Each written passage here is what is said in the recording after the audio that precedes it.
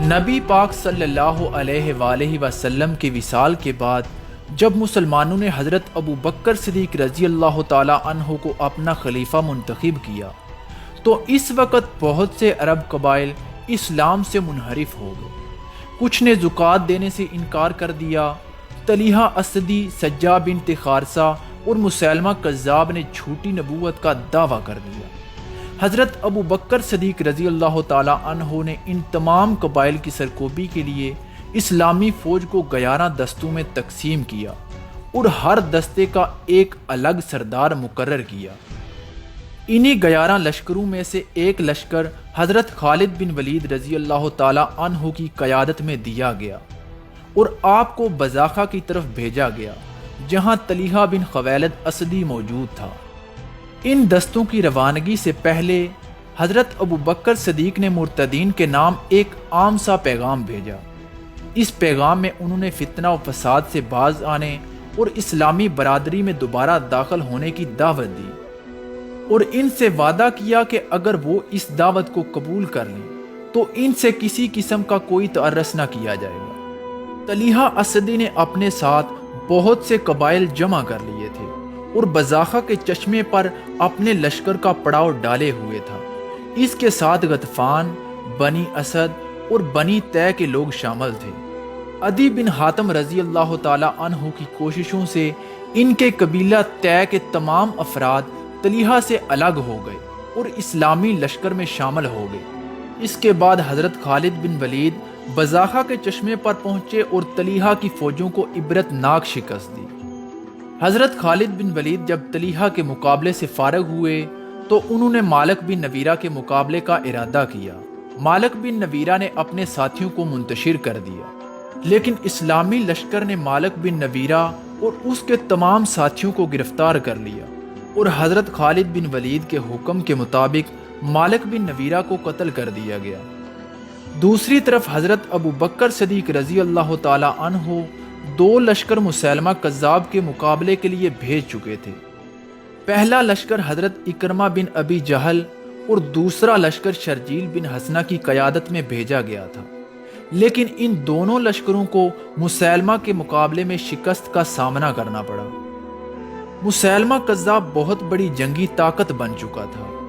حضرت شرجیل اور حضرت اکرمہ بن ابو جہل کے لشکر کو شکست دینے کے بعد اس کے اور اس کے لشکر کے حوصلے بہت زیادہ بڑھ گئے تھے اور وہ مدینہ پر چڑھائی کرنے کی باتیں کر رہا تھا۔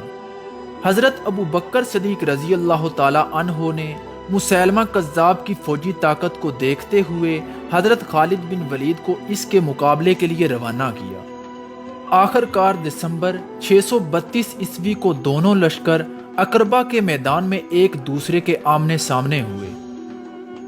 مسیلمہ کذاب نے اپنے لشکر کو 3 حصوں میں تقسیم کر دیا۔ اس نے دائیں حصے کی قیادت نہار الرجال کو دی اور بائیں حصے کا سالار محکم بن توفیل کو بنایا اور درمیان یعنی قلب میں وہ خود رہا۔ دوسری طرف حضرت خالد بن ولید نے بھی اپنے لشکر کو 3 حصوں میں تقسیم کر رکھا تھا۔ قلب کی قیادت انہوں نے اپنے پاس رکھی۔ ایک طرف حضرت ابو حذیفہ اور دوسری طرف حضرت زید بن خطاب رضی اللہ تعالی عنہ تھے۔ دسمبر 632 عیسوی کے تیسرے ہفتے کی ایک صبح طلوع ہوئی تو حضرت خالد بن ولید نے اپنے لشکر کو حملہ کرنے کا حکم دے دیا۔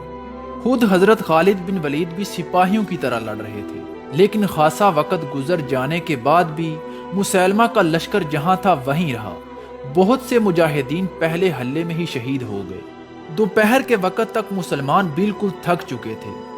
جب مسیلمہ کذاب نے بھانپ لیا کہ مسلمان تھک چکے ہیں تو اس نے اپنے لشکر کے ایک تازہ دم حصے کو مسلمانوں پر حملہ کرنے کا حکم دے دیا۔